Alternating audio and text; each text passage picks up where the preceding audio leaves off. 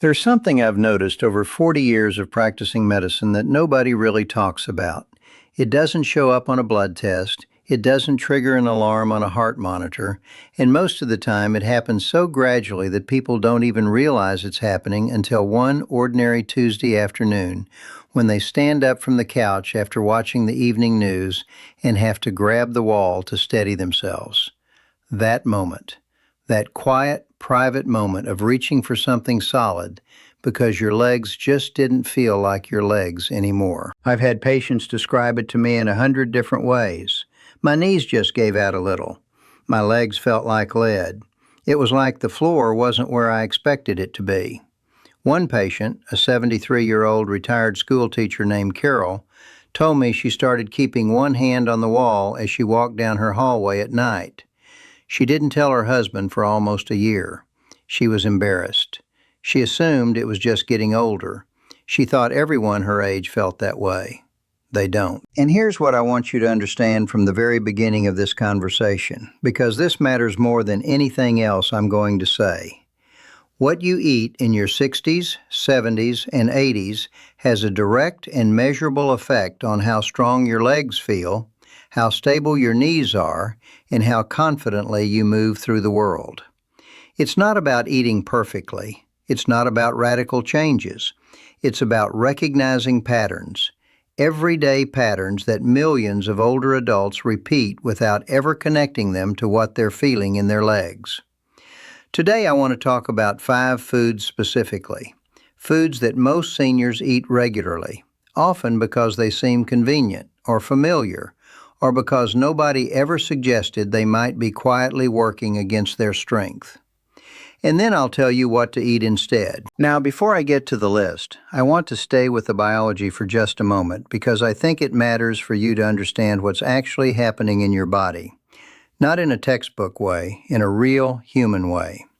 After 60, the body starts losing muscle mass at a rate most people don't expect. Scientists call it sarcopenia. It's a slow, gradual process where muscle tissue diminishes, partly because of age, partly because of reduced activity, partly because of hormonal shifts, and significantly because of nutrition. Here's the part that surprises my patients. Your muscles after 60 are harder to rebuild than they were at 30. A 30-year-old can skip meals for a week, start eating again, and recover fairly quickly. A 70-year-old doesn't have that same buffer. The body becomes more sensitive to what goes in and more affected by what doesn't. Your legs carry everything, not just your weight. Your legs carry your confidence. They carry your independence. When you can walk to the mailbox without thinking about it, when you can climb the stairs without stopping halfway, when you can keep up with a grandchild at the park, that's not just physical ability, that's freedom. That's the difference between feeling like yourself and feeling like you need to be careful. And weak legs don't just mean inconvenience, they mean fall risk. Falls are one of the leading causes of serious injury in adults over 65. A fractured hip can derail someone's life in ways that go far beyond the injury itself. I've seen it. And I've also seen people at 75 with stronger legs and better balance than people 20 years younger. And food is a meaningful part of that difference. Circulation matters too. Blood flow to the legs tends to slow as we age. Blood vessels become a little like old garden hoses. They lose some of their flexibility, develop buildup along the inner walls, and the flow just isn't what it was at 40. When the muscles in your legs don't get adequate blood supply, they tire faster, recover more slowly, and lose strength over time. So what you eat either supports that circulation, supports muscle maintenance, supports joint health, or it quietly works against all 3. Let's start with number 5. I want you to think about breakfast, not because it's the most important meal in some magical way, but because for most people over 60, it sets the tone for the entire day's nutrition. A lot of my patients eat cereal for breakfast. Colorful boxes, familiar brands, the ones they've been buying for decades. And I understand the appeal. They're easy. They require no cooking. Pour, add milk, done. Sometimes that's all you can manage at 7 in the morning. But here's what most people don't realize when they're standing in that cereal aisle. Many of the cereals marketed as heart-healthy or wholesome contains surprisingly high amounts of added sugar and almost no protein. We're talking sometimes 10, 12, 14 grams of sugar in a single serving. And the serving size listed on the box, nobody actually pours that much. The problem isn't just sugar in the abstract. The problem is what doesn't come with it. Protein, amino acids, the building blocks your muscles need first thing in the morning after 7 or 8 hours without food. I had a patient, a 68-year-old retired firefighter named Dennis, who came to see me about fatigue and what he described as heavy legs by late morning. He was eating a bowl of cereal with skim milk every morning, feeling satisfied for maybe an hour, and then reaching for a cookie or crackers around 10. When I asked about his protein intake, he genuinely had no idea. He assumed the cereal was a decent breakfast. When we switched him to 2 scrambled eggs with a slice of whole grain toast and some Greek yogurt, he told me within 2 weeks that he felt sharper in the morning and noticed his legs felt less fatigued by midday. Now, I'm not telling you to throw out every cereal box you own. I'm asking you to look at the label. Anything with more than 8 grams of added sugar and less than 5 grams of protein isn't supporting your muscles. It's just filling space. Better breakfast for leg strength? Eggs, Greek yogurt, oatmeal with a scoop of nut butter, even a small portion of cottage cheese. These are not complicated meals. They're just different habits. Number 4 often surprises people because it's such a normal part of life in a lot of households. Bacon, sausage, lunch meat, canned ham. The deli counter staples that have been weekend breakfast and easy sandwich territory for most of us since childhood. I want to be careful here because I'm not interested in taking away your Saturday morning bacon. What I'm talking about is frequency, pattern. Processed meats are high in sodium, sometimes alarmingly so. One serving of certain deli turkey slices can contain over 600 milligrams of sodium. That's a significant chunk of what most adults over 60 should consume in an entire day, particularly those managing blood pressure. And excess sodium affects fluid balance, which affects circulation, which affects how the legs feel, especially toward the end of the day when you notice that familiar swelling around the ankles. But here's the deeper issue that I think matters more. When processed meat is the main protein at a meal, it's often replacing something more nutrient-dense. A good piece of grilled salmon, a chicken breast, a handful of beans, lentils, which are genuinely one of the most underrated foods I know. These aren't just protein sources. They bring along vitamins, minerals, and anti-inflammatory compounds that processed meats simply don't. I had a patient once, 74 years old, lived alone, told me he ate hot dogs 3 or 4 times a week because they were easy. 2 minutes in the microwave, Dr. Morgan. I'm not cooking a roast. Completely fair. I didn't argue. What I did was suggest a few alternatives that were just as fast. Canned fish, rotisserie chicken from the grocery store, hard-boiled eggs he could make on Sunday and keep all week. Small changes, not a revolution. Within 3 months, his inflammatory markers had improved, and he reported less stiffness in his knees in the morning. Not a miracle, just better patterns.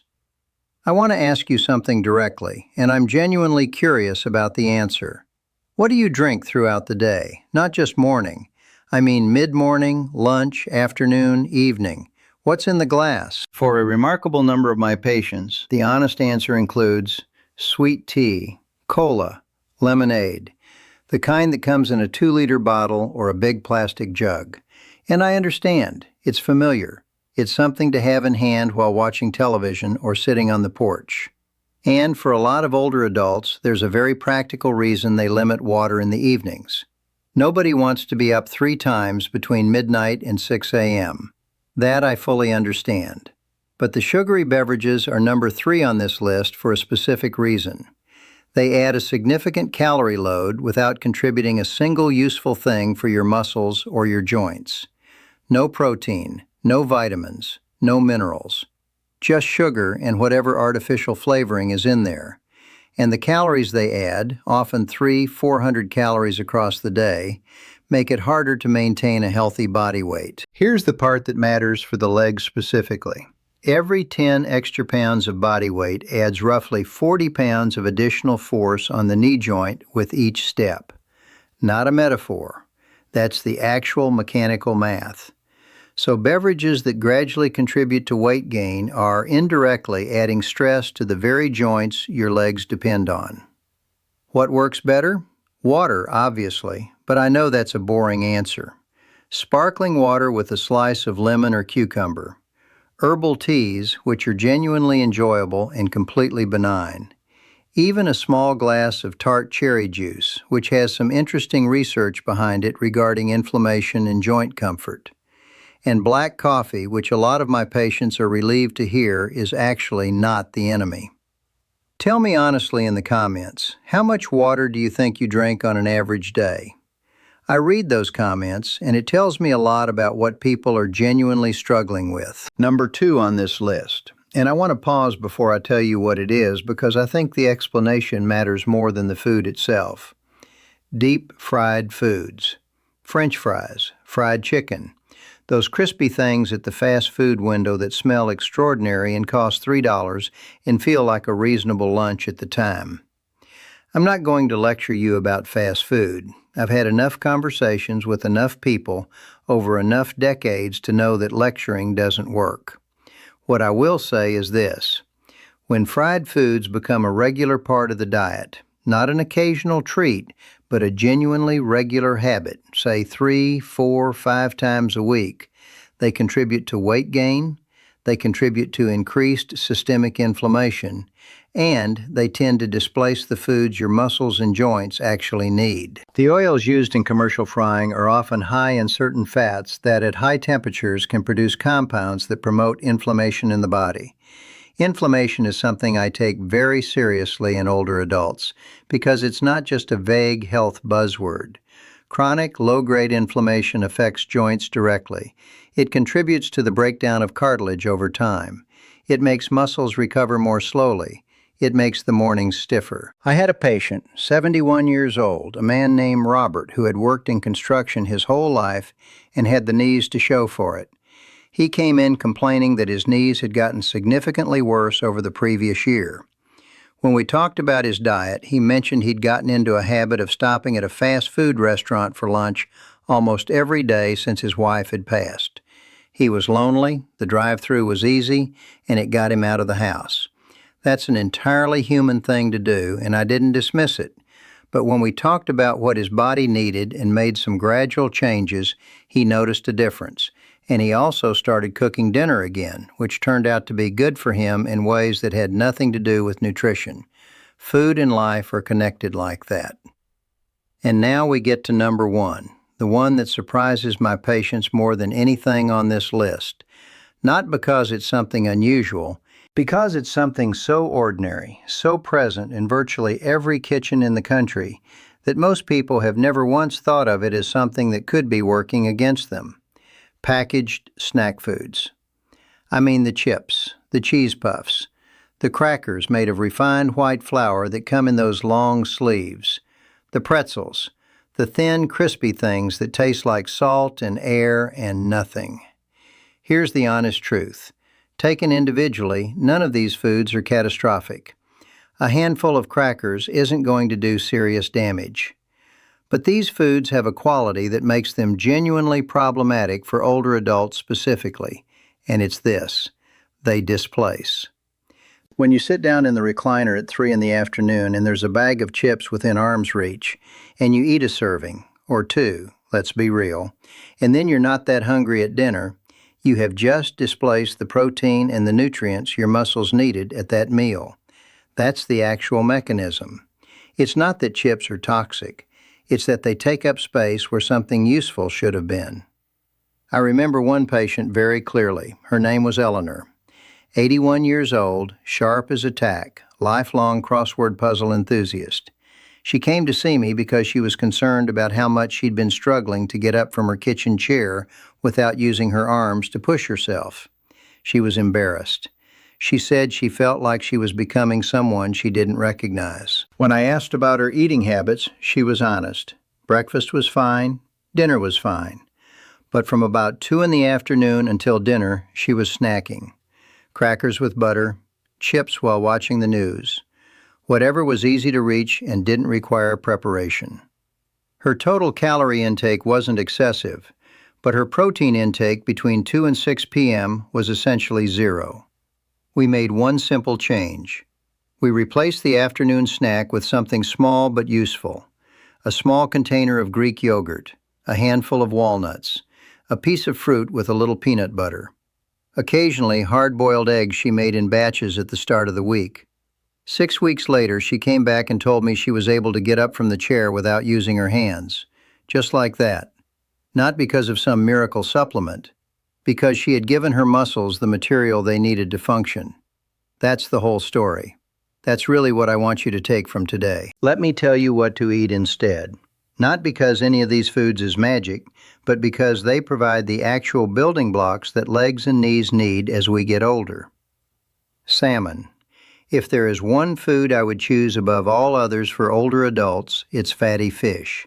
Salmon, sardines, mackerel. They provide protein, they provide omega-3 fatty acids, which have meaningful anti-inflammatory effects on joints.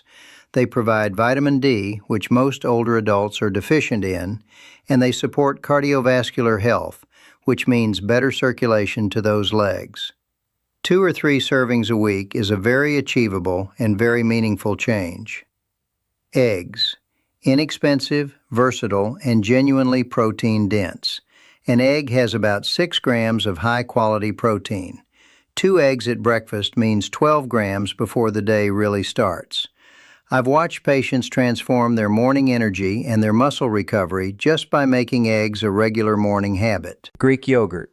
Particularly important as a snack because it replaces exactly the empty-calorie snacks we talked about while providing 15 to 20 grams of protein per serving, along with calcium and probiotics. Keep it in the refrigerator at eye level so it's the first thing you reach for. Spinach and dark leafy greens. These aren't just for salads. They're high in magnesium, which plays a role in muscle function and nerve transmission. They're high in vitamin K, which supports bone health. And they're high in antioxidants that support blood vessel health. You can add spinach to eggs. You can blend it into a smoothie. You can sauté it in olive oil with garlic in 5 minutes. Walnuts. I know some people have concerns about calories in nuts, and that's fair. But walnuts specifically have a very favorable fatty acid profile and consistent research connecting them to reduced inflammation markers. A small handful, and I mean small, about an ounce as an afternoon snack, is genuinely beneficial. One more thing, because I think it's the most important thing I'll say today. If there is one nutrient that I find consistently low in older adults who are struggling with weakness and fatigue, it is protein. Not a vitamin, not a mineral, protein. After 60, the body actually needs more protein per pound of body weight than it did at 40, not less. Most older adults eat far less than they need, partly because appetite decreases with age, partly because cooking for one is discouraging, partly because nobody told them. The general guidance is around 1.0 to 1.2 grams of protein per kilogram of body weight per day for older adults. But before you calculate anything, please talk to your own physician, particularly if you have kidney disease, because the guidance is different in that case.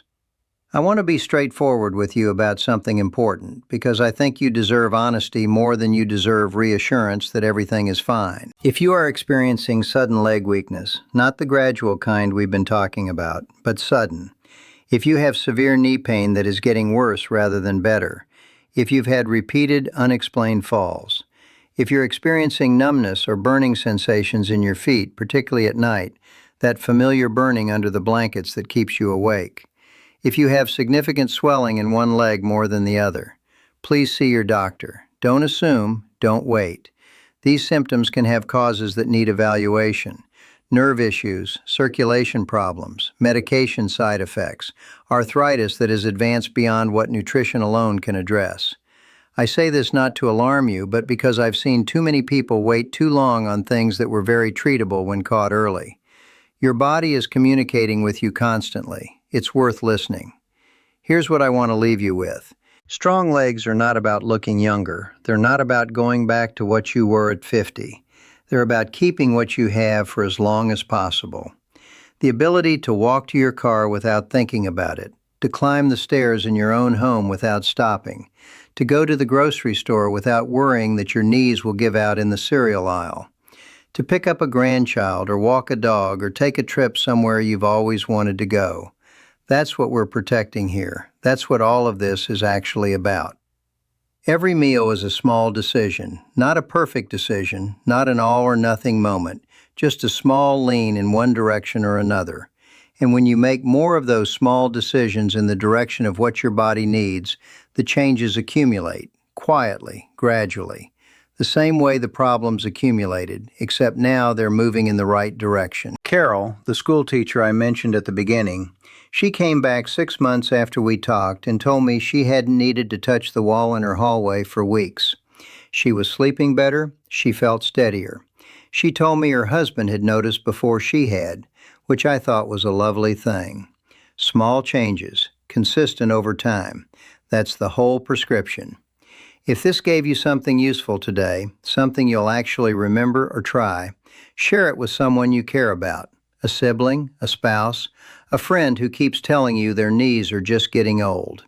Sometimes the right information at the right moment changes what someone decides to do, and that decision might matter more than they realize. Which of these 5 foods do you find yourself eating most often? Tell me in the comments. And if your own legs or knees have been bothering you, tell me that too.